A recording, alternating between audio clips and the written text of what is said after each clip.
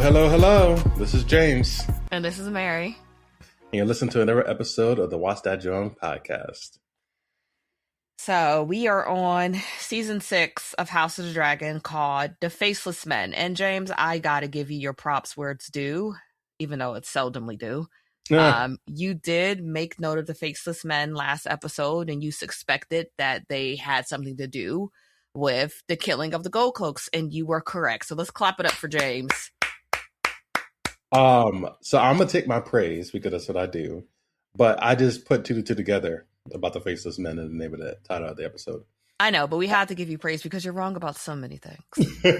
I have. Well, this is season 3, episode 6. Not season 6, but I said season 6. Yeah, if only. But the way that the Gold Cloaks were assassinated, just gruesomely and almost out of nowhere, seemed inhuman, unnatural, and that's why the Faceless Men from the House of the Dragon, from the Game of Thrones series, came up to me. I completely forgot about them. I haven't thought about them since 2017. It's been a long time. So this episode opens up with probably, I'm assuming, your favorite scene, when Christian Cole marches into battle with his remaining soldiers, and he is ambushed by basically rivermen playing possum. He vanquished those foes. I hate possums; they're disgusting creatures. He vanquishes those foes, but then he's surrounded by the Tullys, and he's taken down by an arrow.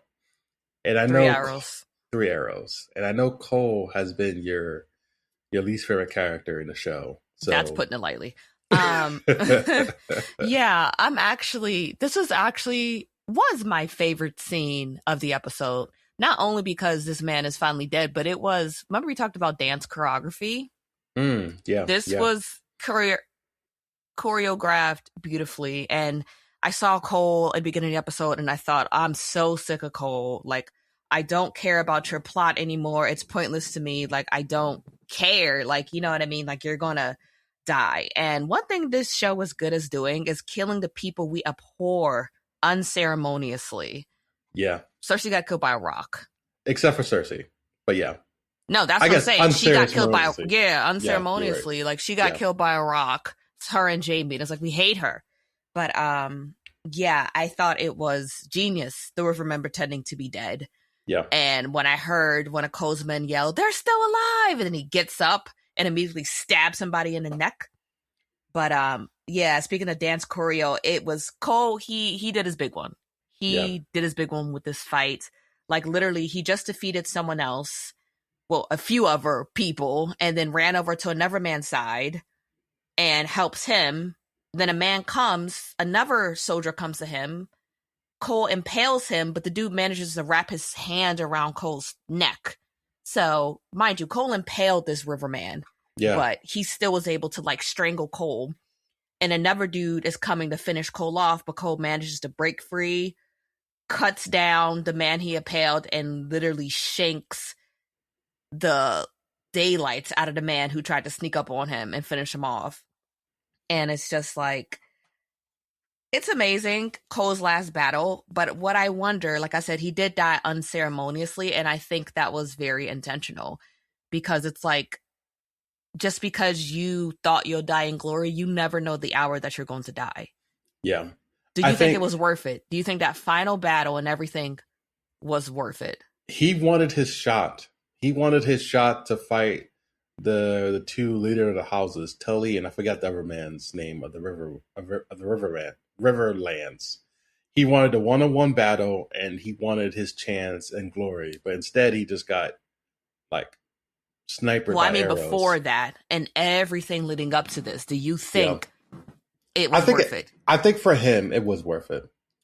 You know, well, it's hard. I think in a moment when he was fighting, it was worth it for him, and when he grabbed the handkerchief from Alicent and wrapped it around the hilt of his blade, I think he found peace that he was going to die. But I still think that his ultimate goal was to win the battle dying and people sing songs about him. I The don't way think he that's the thing, died though. and I the way don't think he ever. Okay. I think I the don't way think he ever imagined he could win. I think he just wanted to die fighting. Yeah, but he expected people to sing songs about him. I don't think Like the people keep way. talking about Ulysses S. Grant, even though the Confederacy lost. I think he wanted to be like that. I don't think people are going to talk about Cole. That's what I'm saying. I don't think so either. You did all this, but you don't determine history. The people who live to tell the tale do. Exactly. So it's like you did all that. You fought and you scratched, and you were cut down by 3 arrows. Yes, it wasn't battle, but I know you hoped to go out swinging, not shot by some unknown assassin hidden amongst the trees. Exactly. You know, so it's really like, was it worth it? Was it really worth it? I mean, he did, like I said, he went off that last battle. He did his big one for us. Remember his little ball with the spikes in it? Yeah. He was smashing faces. Like, what's that band called? Smashing Pumpkins? I don't know. Like, he was killing it. Yeah. No, he for the audience, he did his thing. He went. But you don't think that was enough for him? I'm gonna answer yes. I think it was. Okay. I think it was. I mean, do you think he's in love with Alicent? Yeah, absolutely. Absolutely, he's in love with Alicent. I think he loved Rhaenyra. You know, but yeah, absolutely, I do. Absolutely. So the next scene, we are back at King's Landing, and Alicent and Elena are captured, and they're brought back to their chamber. And Rhaenyra is at a council meeting, and Daemon's telling her about what happens last season, that 25 of the City Watchmen have been slain. Yeah. And it's causing chaos in the capital. Last episode. Yeah. And last episode. So Daemon's like, he wants to go and take care of this. But Rhaenyra says the most effective assassin has a plain face, a never call to the faceless men. So there's a lot of times in this episode where they'll say something or show something in one scene and it ties in beautifully in the next scene. Yeah, or like double meanings, Exactly. Yeah, it's like, because Daemon's like, oh, I want to go. Like, I want to, what does he want to do? He wants to find out pretty much who killed the Watchmen. And she's like, everyone knows who you are. So the most effective assassin has a plain face. He wanted to go directly to Tumbleton and basically strike down Lord Ormond. No, I don't think he wanted to go to Tumbleton. I think he wanted... Did he want to go to Tumbleton? Yeah, he did. That's why they were talking about sending swords. Oh, right. Okay. Because what Daemon really wanted to do was fly up there in dragons and burn the whole city. Mm-hmm. But it's a hostage city. It's not going to look good. No, it's not going to look good. So Rhaenyra's patience is definitely running thin. Instead, they're like, hey, send an army, or even like sending an army still. They're going to go house to house. Because literally the Hightowers have moved in, have occupied that city. Like they are now living with civilians. It reminds me of like when James, you do not know how to spell Rhaenyra. I'm looking at your notes. No, I don't. I say Rhaenyra.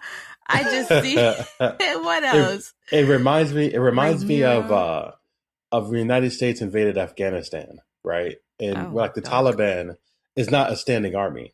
Like the United States had to go into individual people's houses and figure out where the terrorist was at. And I feel like that's exactly how, if Rhaenyra comes in. That's how they radicalize other people. Exactly. Anyone can be a terrorist. Exactly. And that's what makes it so scary. Mm-hmm. But, so Rhaenyra wants to send some assassins to Tumbleton.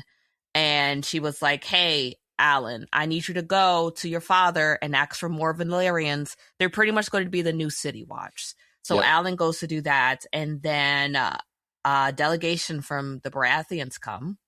Yep. And Rhaenyra's like, what the heck? Where is Boros Baratheon? He went to go fight a Birdman or something like that. The Vulture King, yeah. It's essentially like, hey, I'm asking for help because I need men. I need arms. And he's going and basically chasing out his own interests. Yeah. And Boros Baratheon, let's talk about Lord Boros Baratheon. I may say Boros because that's a common name, not Boros. So Boros Baratheon is the head of House Baratheon. He has 4 daughters, and they all live in Storm's End. In season 1, I believe, both Lucerys Targaryen and Aemon Targaryen tried to get Boros to join their cause, but Aemon happens to get there first, and they set up an arranged engagement between Aemon and one of Boros Baratheon's horse-faced daughters in exchange for Boros's loyalty to Aegon. So by the time Luke gets there, he's SOL, and Boros is like, you can't even offer me a marriage pact from my other 3 kids because you're already engaged to Rhaena. So, yeah, and Rhaenyra's kind of like, hey, you need to remember the oath that the Baratheons swore to the Targaryens. Oh, no, I'm thinking about something else. I'm thinking about the events that happened right before Game of Thrones, but I forget what, but the Baratheons pledge fealty to the Targaryens, and Rhaenyra's kind of using that to kind of saying, hey, remember you pledged, your father pledged, and he's like, I don't care, what have you done for me lately? So that's why he went to go fight off the Virtue King instead of come to see Rhaenyra. And also it's like, you're not giving me anything. At least Aemon agreed to marry one of my kids, even though he didn't, at least it's there. You brought up Game of Thrones, and I was thinking this whole time how Robert Baratheon, he betrayed his king and killed the Mad King to take over. Well, it wasn't him. It was actually, yes, it was Jamie killed him. Yeah. Jamie Lannister killed him, but Robert, he brought the whole uprising. Because he was in love with Lyanna Stark, I believe. Yes. So it was jealousy. No. I'm trying to say that there's been beef from the Baratheons and Targaryens forever. That's all I'm trying to say. That beef lasted for hundreds of years. Yeah. So Rhaenyra's pissed, and they're like, okay, the Baratheon guards are like, what can we do? And she's like, give me your belt. Yep. So she uses essentially their uniforms to disguise them to be her assassins, right? And it makes sense because the Baratheons, like you said, they could went either way. Either join the Greens because of the allegiance they made with Aemon, or they can join the Targaryens because she is the reigning queen with all the dragons. So her using those soldiers as like a shield was a pretty good ploy. It almost worked. Really good. They're getting tricky this episode. The Rivermen playing possum, and Rhaenyra sending assassins disguised at the whole Never house. You guys are getting creative. Yeah. With your deception, with your murder. With your murder. So Ulf and Hugh, they're patrolling Tumbleton, and Ulf is really unhappy. Right. He's this close from dissension. And you called it earlier. I think either last season, but I remember you saying that you don't trust Ulf, that you think eventually he's going to do things in his best interest. And I think everything that kind of happened in this episode is kind of pushing fuel to the fire. That one. Yeah, fuel to the fire. You know, you can take the man out the ghetto, but you can't take the ghetto out the man. Yeah, and Ulf he lives for. He said, "What's the point of having a dragon if I have no one to show it?" Yeah, right. He just wants to do it for the gram. And I don't think that's crazy. He had nothing. Exactly. I would be the same way. I never had anything. It's like when you take a kid from the slums and then get him an NFL contract. Yeah. With all this money and no financial planning or literacy or anything. He never had this before. He don't know what to do with this. No, he doesn't. And the thing is, he doesn't have a lot of money. I feel like he just has... No, he doesn't. That's probably why he's pissed. Yeah, he doesn't have anything. He just has a title that really doesn't mean much. Doesn't mean anything. And he's a dragon rider in the middle of a war. So he's considered an asset, more like a property. Like a resource. Property, yes. More so than having his freedom. And he didn't sign up for that. Yeah, no, I would be upset too. It's like, okay, like everyone is, I'm not getting paid. Yeah. and you're expecting so much from me. And it's like Rhaenyra is so focused, like I said, on claiming, well, certifying her legitimacy as queen, that she's ignoring all the small little fires all around her. Exactly. Because no one's going to wait for you to get your act together. You know, they need things now. Everyone's in need now. Everything's a need now. So Alicent admits that Helena is pregnant to Rhaenyra. And Rhaenyra is pissed because she's like, you would flee, and she's like, you were discovered by guards. I can't let this go unanswered. So she decides to restrict their confinement, and he won't allow them to go outside. And she essentially says that you are Hightower, and you are an enemy to my court. And I feel like Rhaenyra sometimes forgets. Alicent looks at her and she's like, into you? Like, who Yeah, am I to you? who am I to you? And I feel like Rhaenyra likes to play both sides. You know, she It's called if being a woman. like if Alicent would have went up to her and says, "Hey, yo, Helena's pregnant," she would have bound her, kept her. She would have done the same thing. She would not have been nice about it. She would not have tried to conceal it. Like Rhaenyra in the is getting more and more paranoid. And I feel like Rhaenyra, yeah. Like, when you got to think about it, Alicent, she is the one who first, I guess, for lack of better words, set out the olive branch by coming to Rhaenyra and saying, these men are going to get all of us killed. You can have it. You can have it. Just let me free. So I feel like Alicent is deserving, feeling a bit slighted, even though she understands. It makes sense, but it's like, girl, I thought we decided that we gonna look after each other no matter what. That you can trust me and I can trust you. Well, maybe not trust. Trust is a strong word, but I thought we decided that we're just both trying to make it out alive. I let you in here and you agreed that me, Helena, and her child can get up out of here, you know? So I think Alicent is still relying on that. And I want to ask you, do you think Alicent revealing more and being more honest to Rhaenyra, because she tells Rhaenyra later on that Helena believes that Aemon is alive. Do you think that that Alicent is hurting or harming herself by trying to be honest with Rhaenyra? I think she has no choice but to be honest. Because the more that Rhaenyra finds out, the more angry she'll get with Alicent and lose patience with her. So it's hurting or harming her? I think I think she has no choice. I think it's gonna harm her either way. Because I told you, I said Damned if she do, damned if she don't. yes, because she is the biggest threat inside the house. You know, she is. Like if Alicent and Helena would have escaped and joined forces with the Hightowers, that makes it even stronger claim.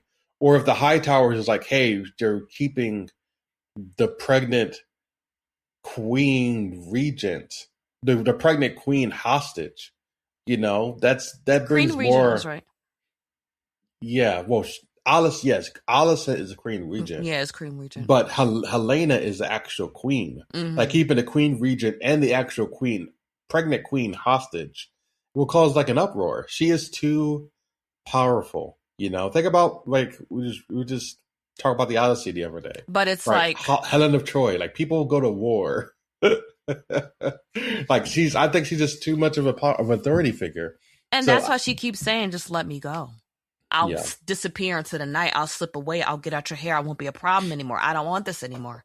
At this point, I just want me and my kids to make it out alive. But I do get Rhaenyra saying, I can't do that. And I do get Alicent saying, nigga, what? This was the whole plan. But I love how the show handles their relationship. Like there's so much tension and resentment and grief and anger. And the two of them balance all that, not only to get what they want from each other, but also because they still care for each other. Yeah. So it is really interesting to see them together. And I wonder if Mysteria wore her hair in braids, in those Targaryen style braids, before she started working for Rhaenyra. That's hilarious. What do you think about Mysaria lying about not knowing about the pregnancy. I That's expect probably, nothing less from Massaria. I think Massaria remembered who she is. It's kind of juxtaposition. You have Alicent who's being truthful. Hey, Helena's pregnant. And Massaria being like, nah, I'm gonna pay my cards close. I ain't telling you. I'm gonna act like I didn't know. yeah. So we'll kind of see, I guess, whose strategy works out the best in the end. So later on, the Gold Cloaks come and they meet with Damon, and they're We like, should "Look, drink whenever bro, they say Craven in the show, by the way. I think it'll be good and tipsy. that will be good and tipsy." They say Craven a lot, but they're like, "Yo, bro, we're not getting paid. Our men are getting killed left and right. We're resigning. Like, it's a wrap." And Damon is pissed, but he knows he can't keep him working for free. Remember Chappelle said, what you gonna do, call the Crips? Who was it? Who said about the cops not being around? Which is Chappelle, he was like, what you gonna do, call the Crips? The cops protect y'all. I forget. I may be misquoting him, But yeah. So basically, the city is now have no police force at all. it's a wild, wild west. It is the wilder west. Damon It was the Sheriff. Wild West. Yeah, and yeah, it is Sheriff. going to turn into utter chaos. And I mean, I already had knew, people are being disemboweled in the streets. and to Damon's point, he knew this would happen when Rhaenyra, when they found that first pot of money, right? Damon wanted to feed his men. Pot of money. But Where they find the money? remember, they went and took the money from all the rich people, right? Okay. Damon wanted to take that they money. took resources. Did they take money too? I know they took everything from their storehouses. Yeah, they like had a food little and bit. provisions. They They took had a money little. too. They had a little bit of gold, yeah. And they got a little bit of go. something from Jane. Yeah. They wanted to give it to the Damon wanted to give it to the Gold Coast. Basically feed your army. But instead Rhaenyra wanted to give it to the people. You know? And he's like, hey man, giving it to the people was like an empty gesture. Like, because they're gonna need bandage. more. Right? It's a band-aid. But like not having your soldiers behind you, backing you, you have no strength now. She has no strength inside the city. So much so that, like you said, Corlys had to be convinced to bring soldiers back after he killed all the pirates after the Battle of the Gullet. And he tells Alan, and through Alan Rhaenyra, that Tywin Lannister is back and he's trying to sell. And he's setting, he's headed towards Rook's Rest. Is it me or does black men hanging people feel like a microaggression? I was like, okay, you got all these black people, dark-skinned black people, and people hanging in trees in the background in what looks like the swampy South. I said, I got my eyes on y'all. I don't trust the white person. I don't trust y'all. I did got not one eye catch open that. on y'all. That is kind of crazy. Like, And they see people. Yeah, they just hung the mess. They out just of love ships. Yeah, wait. They love ships. Y'all ain't slick. They're lynching people in the streets. Like, and also, yes, I felt vindicated because Alan finally told Corlys that you are a hypocrite. Yeah. When he said, like, "Oh, you defend Rhaenyra when she refuses to give you legitimacy." Who did it first? Exactly. Rhaenyra wouldn't have the power to do that if you didn't do it first. If you didn't set it into place. It took you years to legitimize me. So give her some time. So, Tywin and Larys, they're still trying to figure out the best path for Aegon. And ironically, Aegon asks Tywin the same thing that Larys accused him of, essentially saying, am I a bad person? Am I a terrible man? Am I a terrible man? Like, do I suck? And Tywin's like, you could be better. We all have some unsavory qualities about ourselves. Yeah, like he should have just said, yo, dude, you're an a-hole. Like, yeah, because at this point, Aegon sides, because of Tywin's vague answer, Aegon sides with Larys and he say, let's go to Essos, which is the continent? Who knows? That's where Braavos is, and that's where Larys wants to go. And I think at this point, Aegon's tired of being surrounded by yes men. I think he's leaving because he realized that he's not going to be a good king. Not so much of the yes man. He realized I'm a terrible king. I have no way of. I think it's just him relenting for now. Okay, you think that's why he chooses to go to Braavos instead of Casterly Rock? Yeah, exactly. Instead of going to Rook's Rest, Casterly Rock. he decided to go to Bravos because he's Brothels. like, yo, man, I have no dragon, I have no strength. I'm a terrible king anyway. What's the point? Let me just leave and save myself. So you see it as Tylan kind of fumbling over his words, solidifies what Lara says, and he's like, "What's the point? Let's just go to Bravos." Yeah, because if Tylan was like, man, you was a great king and everyone loved you and like hyped him up, he'd be like, yeah, I can go do this again. It's worth it. The people need me. I But kind of saw it as Tylan don't tell me how it is, so I can't trust him. Laris did, so I'm gonna go with his plan. But I get what you're saying too. What you're saying makes sense too. It's kind of like, well, that solidifies that I have no business being anyone's ruler. yeah, yeah. And the good thing is that, well, for Aegon, is that Rhaenyra is going to send soldiers to Rick's Rest to look for Aegon, thinking he's there. She Right? doesn't know he's in Rick's Rest. He thinking Tylan is there. So now Tylan's not going to okay. be there because he decided to go to Brothels instead. So it actually saved his life. Because if we would follow Tylan, he would have got discovered, and then obviously the whole castle would have been kind of crashing down. Because I don't think Rhaenyra would have had any quarrels with burning the Lannisters' hometown. Yeah. So at the Vale, Rhaena is in utter desolation. She sees Bela flying and she tries to kind of like just see her face. She just wants to see her face. And but by the time she gets to wherever Bela is, I don't know if Bela's still flying around Windish Town. I don't know. No, they said this one place that I forget what it's called. And by the time she gets there, Bela's gone. And Jane Eyre is furious. And she's pretty much like, listen, I don't care what you do. Do whatever you want. I'm done protecting you.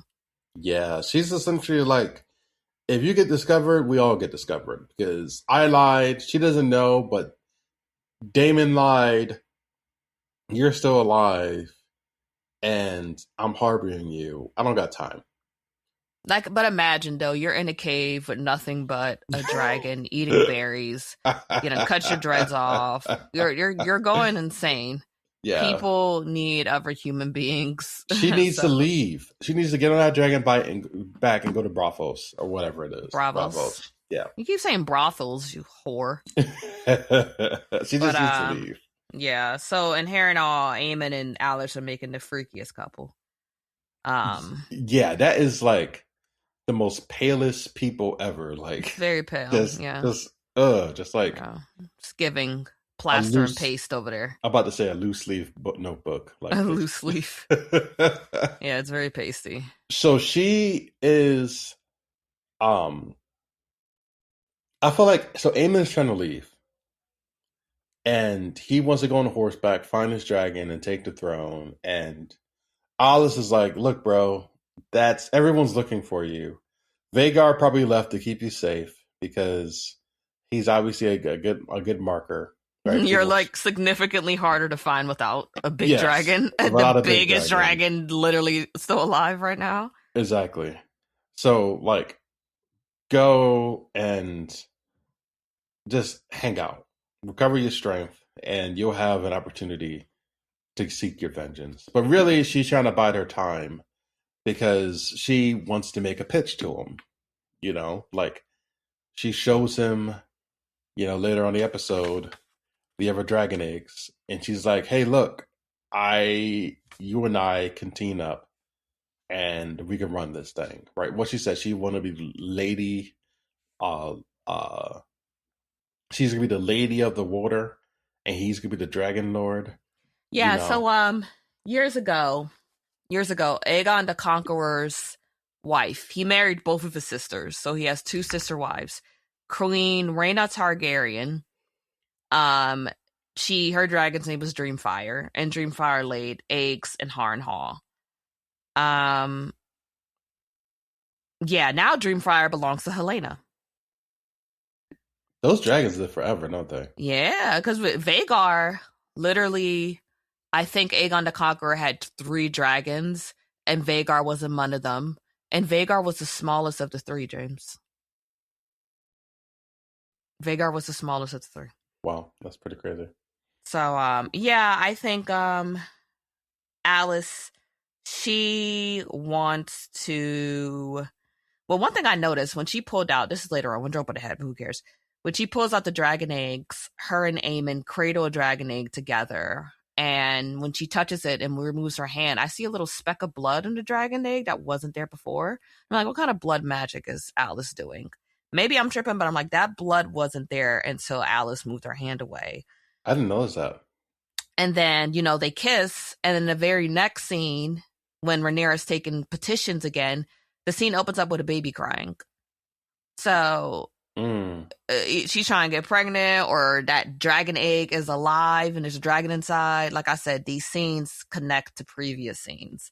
Yeah, so, I think the premonition, the thing they're trying to hint at is with those 5-6 eggs she had. 5 eggs and Vhagar, they can take over the throne. They just have to bide their time.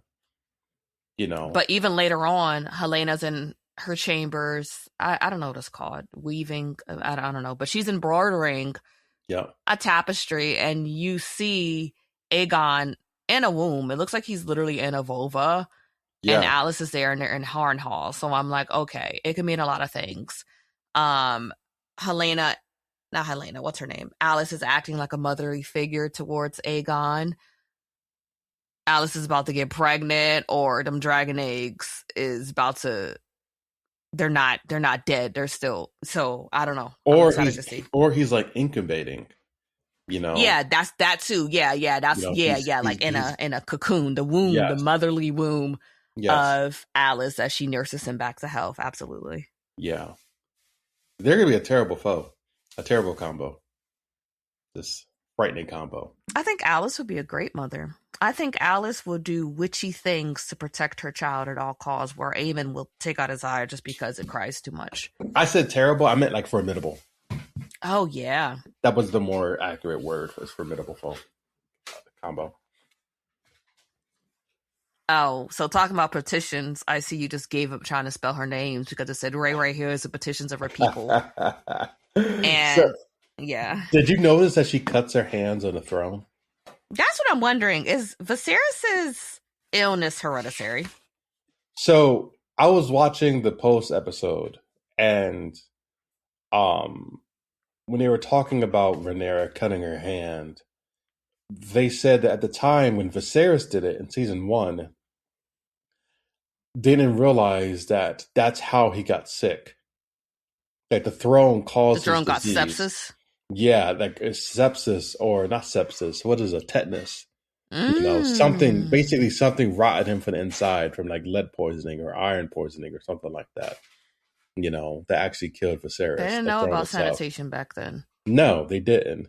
Like at all. So I think I don't know. I don't think she's going to get the same diseases as her father, but I think her hurting herself on the throne is just symbolic that, like, hey, your father was struggling with the same things, handling the petitions of the common folk, but also the throne is deadly.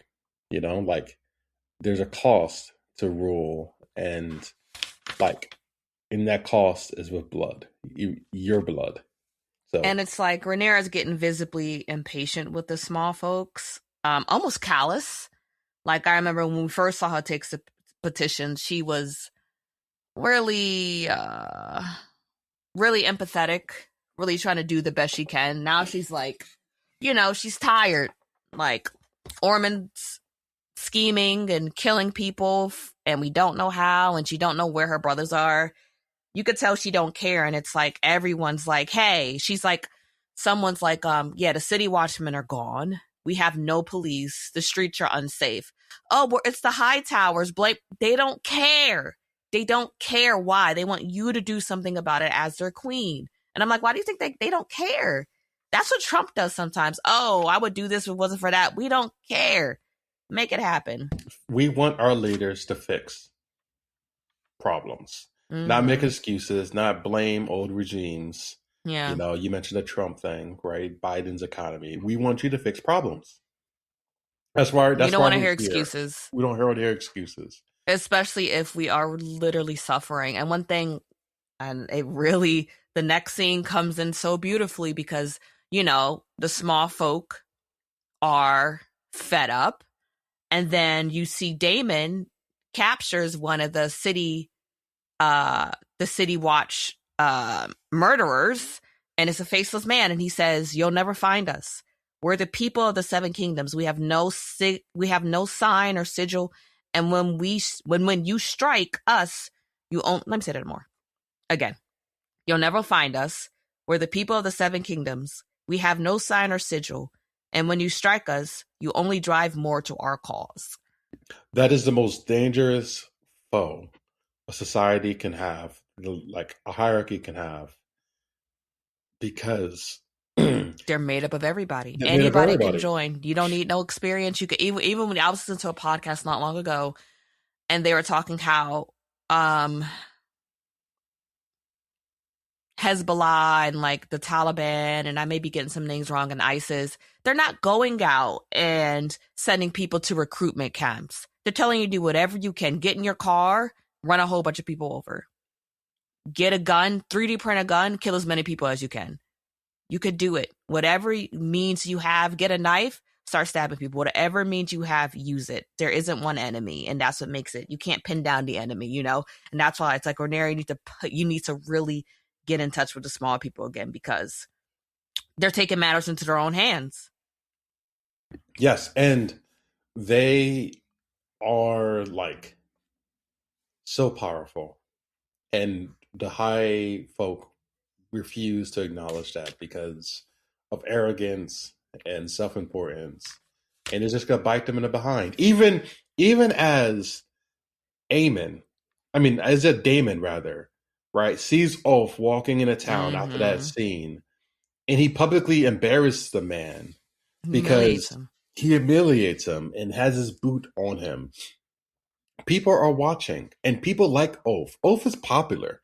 Ulf has friends, right? And they respect him, and him basically putting him onto the ground. People are like, "What? This is why we don't bang with y'all. Like, this is why we don't like you guys. Like, go bang your cousins and stay in your high towers and leave us alone." Speaking of banging your cousins, we skipped something that very much upset at DQ. He was like, "They don't do this with the black people." But Baela and Alan make it out. He was like, "Yo," when Baela got up and walked over to Alan and was like, DQ was like, "No, they're not. That's not." He's like, "I'm not worried because they don't play that with black people." They start kissing. He said, "No, I thought that they played that with black people." I was like, "Yeah, I thought we were safe too." But I peeped season 1 how Adam, her other uncle, was flirting with her. So I could definitely see a love triangle forming. Yeah, man, it's disheartening. Just and in this world, as a woman, like, where do you draw the line? Should I be concerned about my own father in this world? Like, what's going too far? I feel like the only thing going too far is father. Basically, your parents and their children. Parents and their children. Everything else. I'm like, siblings is crazy. Siblings is like, that's really free. I feel so bad for Helena. Every time I see Helena, I'm like,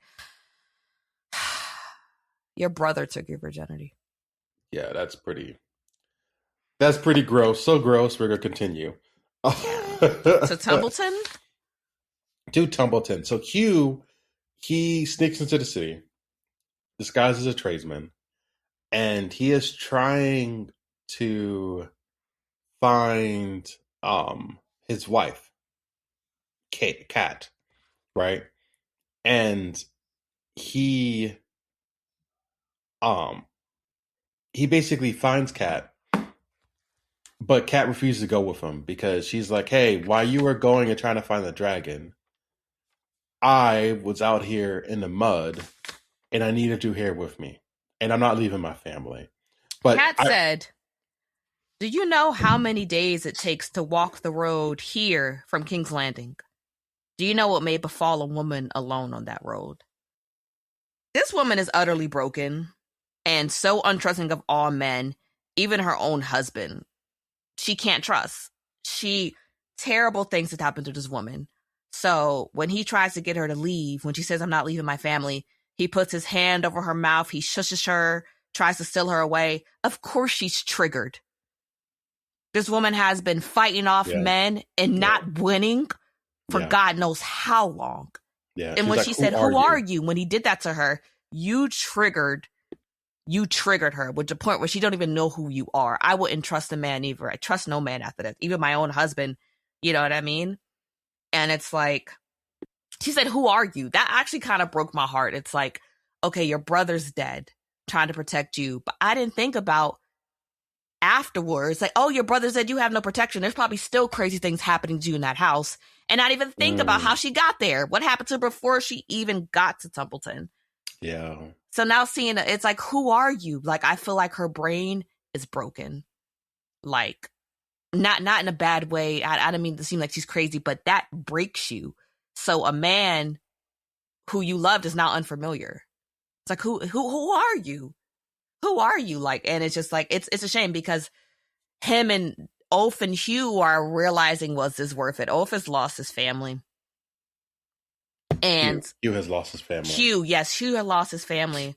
Ulf lost his friends, I guess. But it's funny because before this scene, Ormond says something to Darren.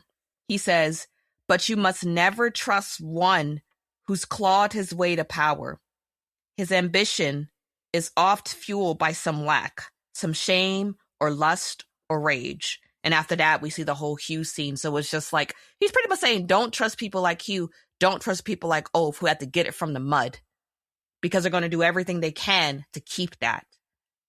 Their ambition is what's going to screw over Rhaenyra in the end. Yeah. Like literally, these scenes just set up the next scene so well in this episode. They do. It's tragedies. It's a tragedies of war, really. Like, it really is. And I think this show shows like how sad war actually is. Separating families, not just because people die, but after you come back, you become different persons. Like, Hugh had to do what he had to do, thinking he was doing right for his family, but he changed during that time frame, and his family changed during that time frame. And it's just a tragedy. Yeah. I want to stay in Templeton for a little while because so Gwaine gets to Templeton and Ormond is giving him hell about it. Craven once again. And Gwaine's like, "Hey, the Rivermen are marching to King's Landing and Rhaenyra's bound to send her hosts to Templeton to deal with this." And Ormond says Rhaenyra will not burn her own subjects. She is a woman, squeamish. And I'm like, okay, you're a guy who can't stand stinky smells. They make you lightheaded, and you live in a world where BO is unavoidable. Unavoidable. And women are squeamish. And he throws up in the very next scene on the table. He calls her squeamish. It's hilarious. Yeah. And one thing that kind of, well, continue. No. Remember, he threw up after all the bodies after the assassination attempt. Literally, like, threw up. One of Daeron's guards took he made one of the assassins have their period. Like, he took his knife and ran it from the assassin's chest all the way down to between his legs, and blood just splattered on the floor beneath him. I'm like, oh, that looks like you had your period. So two things about, I want to talk about, one, the relationship between the three Hightower leads: Ormond, Gwaine, and Daeron, the soon-to-be king. So, but we don't know that yet. Well, who they want to be king. Mm-hmm. So Gwaine and Daeron knows that Ormond is crazy. They know that he's insane. Daeron's like, "Yo, why'd you leave me with Bull? Mm-hmm. You know he be drawing. Why you leave me with him? Because I like." Especially Gwaine said he styled you the Bloody King, and it's like Daeron had no say in that. He didn't. And Gwaine is like, "Dude, I'm tired. I'm going back to Old Town. I'm the second in command, so Old Town should be mine. And I'm just trying to put things back together. I'm tired of fighting.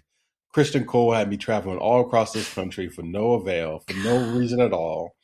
Like, I'm going home. Like men to their tomb." Yeah, he's like, I am going Impose home. his death wish on all of us. Like, what? Like, I'm good, bro. Like, so, but Gwaine still proves how intelligent he is because when the assassins did come, dressed as the Baratheons, right? He sniffed it out immediately, right? He realized that, hey, man, this man, what's Sir Aaron Baratheon, he was claiming to be. Mm-hmm. He was like, he's a foot taller, he has chestnut hair, and this is not that dude. And he's better looking. And he's better looking. Like this guy, like I immediately saw him, and he saved everybody's life because if he would have came and actually knelt before the king, he would have been feet away from like the assassination. And it's crazy how like close these margins are. Yeah, someone could just walk up in a place. Y'all got no, I don't know. Y'all got metal detectors. I don't know. Like someone could just walk up in there and just kill. I mean, the margin between victory and defeat. Oh, Like explain. if Gwaine didn't pay attention, right, like just Yeah. for a moment, right, or if Gwaine would have left earlier, and the assassins would have killed Darren and Ormond, the old town would have And fell. Ormond was so flustered by their bad smell, He which wasn't probably was paying Rhaenyra attention. too. Like, hey, get really stinky. Like you hear that ringing in his ear. He was literally getting Yeah, lightheaded. That he was like, whatever. He wasn't thinking that he probably saw Arya Baratheon too. But yeah, that was a good move on Rhaenyra's part. but it was just so close to Mm-hmm. ending the entire war. So close, but just missed. And they're going to fight for probably years more now because of Mm-hmm. it. Okay. So where are we now? So, Are um, are we let's at let's Helena start. and Alicent speaking for the last time? Yeah. So Helena is mad at Alicent because she realized that she was lied to her. She never had any plans to bring her daughter Jacaerys with them, but she admits at the Jahara. Jahara, Jahara, but she basically relents at the end because Alicent is instructed by Rhaenyra to Oh, go. I meant to say Alicent and Rhaenyra, not Alicent and Helena. Okay, The yeah, last, yeah. Alicent and Rhaenyra. So Alicent goes to Rhaenyra and says, "Hey, look, let us go, and you let us go because I have a piece of information for you. I know where my son is, Aemon." So she's trading in her son Aemon for her daughter, essentially, and herself. But that's always been the case. It is, and she's like, he's in Harrenhal without the dragon by himself. And the reason we know is because Helena is a dreamer. And I think she didn't realize how important visions are to Rhaenyra. Because she's not a Targaryen. She's not a Targaryen. And I think when Rhaenyra realized that Helena is a dreamer, She she was just like made her, Daenerys who dreamt of the doom. yeah, she made her more viable. So now she's even less likely Yeah, to she's let her never gonna leave. go. She's never going to let her go. She's a Helena, prisoner of war. she's a prisoner of war. She could have her dream for her and tell her to, like, I can already see that. But she's like, hey, if I send dragons, he's gonna run. If I send an army, he's gonna run. Only way he's not gonna run if I send you and a few soldiers with you to assassinate him. It's unspeakably cruel. It is. Because not only does Alicent have a hand in her son's capture and death, she is bait for it. Exactly. She And even uses with this bait. scene, you notice there's a change in Rhaenyra. Like, I think not knowing where her brothers are and Ormond's schemes has really hardened her heart. And it's like there's like one point like where Alicent, after Rhaenyra tells her we're going to use you as bait to lure in Aemon, Alicent grabs her arm, and even how Rhaenyra stares at her arm and adjusts her sleeve after Alicent grabs her, there's a coldness there. long gone is the familiar gaze of childhood friends. And it's just like, how could anyone believe Rhaenyra when she just says to Alicent regarding Helena, I will keep watch over her. I've never seen Rhaenyra look so resolute. Rhaenyra always kind of looks like she's second guessing herself. I've never seen her look so resolute, and it's like, oh, this not your friend no more, girl. I think she actually is going to keep eyes on her because she's interested in her dreams. That's what I'm saying. Yeah, but that's, you know, it's not because she cares. Like, exactly. Rhaenyra's a lot. There's no warmth in that exchange at all. Rhaenyra is acting like, remember your place. I am your queen. I'm not your childhood friend anymore. It's just very different. And speaking of children, I did feel for Daeron when he was pretty much begging Gwaine to stay. And it's like, you know, in a world like this, when you're married at 13, a king by 15, a mother by 16, people forget that children need to be protected and they need to be guided. Yeah. And it's like, Gwaine, you just letting pretty much Ormond do whatever he wants to him. Because I'm convinced Ormond is getting in that boy's hole. But that's going to harden him because he feels abandoned by his mother. When he asks Gwaine, did you see my mother in King's Landing? You saw the tears welling up in his eyes. Yeah. And it's just like, that's going to make him the crazed king that Ormond wants him to be, the cold king that Ormond wants him to be, more than Ormond having him kill people like how we killed Kat's brother. You know what I mean? In my mind. What's going to make him more crazy if something happens to his mom? No, just the abandonment. Like, you left me here with him. Gwaine, you left me here. My mother left me here. I have no one. Yeah. So why should I care? That does seem like a villain origin story. Absolutely. It's a villain origin story told time and time again. Yeah. Speaking of villains, so after the assassination attempt, Ormond vowed to basically pay Rhaenyra back. He said he wanted to cleave her from like chin to clit or something like that, man. He just from the rooter to the tutor. Yeah, from the root to the toot. Like, so he sends out a hit and he sends a note. The note said, what did it say? Kick this dog and it'll bite your hands. Kick this dog and it'll bite your hand. Written in blood, by the way. Do you people not own ink? They don't got Sharpies, like. But you know, they have the quill pens. Exactly. Written in blood. Blood. And they find Corlys. That's why y'all got all them infections. They find Corlys and they capture his men. He's ambushed. It's not sure if they kill him or not. But they get that man. They get him. They get Corlys. I'm like, Dad, yo, like, I like Corlys. Not as much in this season, but I like him in general. But he's now captured. So, who do you think won this episode, Mary, between the Blacks and the Greens? The Greens. Rhaenyra ain't win nothing. Yeah. Like I said, small fires getting bigger and bigger.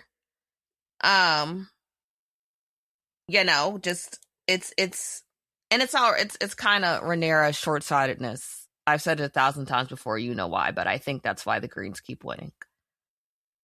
And I hope Mysaria comes out on top. Mysaria?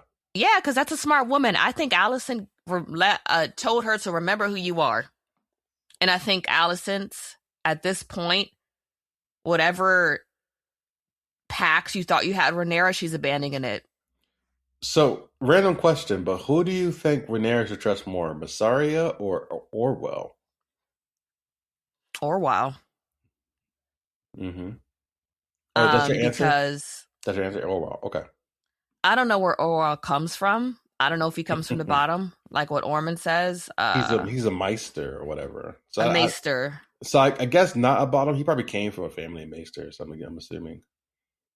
We know Mysaria is from Fleet Bottom. Yeah, that's true. Unlike what Ormond says, never trust somebody who had to claw their way to the top because they have their own ambitions guiding them at all costs. And that is Mysaria. And I'm glad she remembers it because you have to look out for number one in this show. Like I said, I think when I asked you, do you think Alicent being honest with Rhaenyra is harming her or hurting her? I think it's harming her. I think at this point it is harming her. So I think she needs to be more like Mysaria and just lie through your teeth, even if you got caught. Just I don't know. It's not helping her anymore. So that's why I hope Mysaria gets that alive, because Mysaria speaks. Mysaria to me is a symbol of people who are forced. No, she's a symbol to me of people who are woke. They recognize what it is. These people don't care about us. They don't care about us. They just want to rule, but they don't care about the people that actually rule and look out for yourself. Yeah. So. Cool. So what'd you rate this episode, Mary? It was really good. A large bag of popcorn, 5 stars. Watch that, John. It was very good. I enjoyed it. Like I said, I thought the scenes were, they beautifully tied into one another. It was thoughtful. I love an episode with some good quotes, and I think this episode had a lot of good quotes. Cat's story broke my heart. The battle scene in the beginning of the episode was spectacular. The Faceless Men is exciting and ominous, and it's good to see them again. And I do like how, like the small burns, you see Oath becoming more and more resentful. So yeah, the only thing I'm not excited about is what's going on between Bela and Alan, but whatever. But yeah, I'll give it a large bag of popcorn. How about you? Ditto. I also give it a large bag of popcorn, 5 out of 5. I believe that they are doing a good job of making hints, not so subtle, about what's going to happen, but without ruling this, like spoiling the storyline. I remember you said earlier that like directors realize people have a short attention span, so they kind of make it obvious what's happening. So it's a little easier for us to understand and follow. But I still think that the books are detailed enough that we it's kind of there's hard. So much source material. Yeah, there's so much source material. But even there have been times they don't follow the source material to a T. They've gone off scripts for a few and I feel like they make it better. I don't know about that because I haven't read the books, but I don't think that's far fetched. Yeah, I don't know. I heard there was this one. Anyway, so yeah, I give it 5 stars, a large bag of popcorn, and I hope that Corlys is alive. I feel like he's like a cockroach. He's really hard to kill.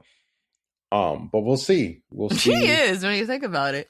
Yeah, that man fought the strongest woman in the 7 kingdoms and survived to tell the tale. But not just that, but even like first season, he almost died and was like bedridden for a long time, and he came back. The Triarchy hate him. They hate him. They throw darts at his face in taverns. Like, oh my god.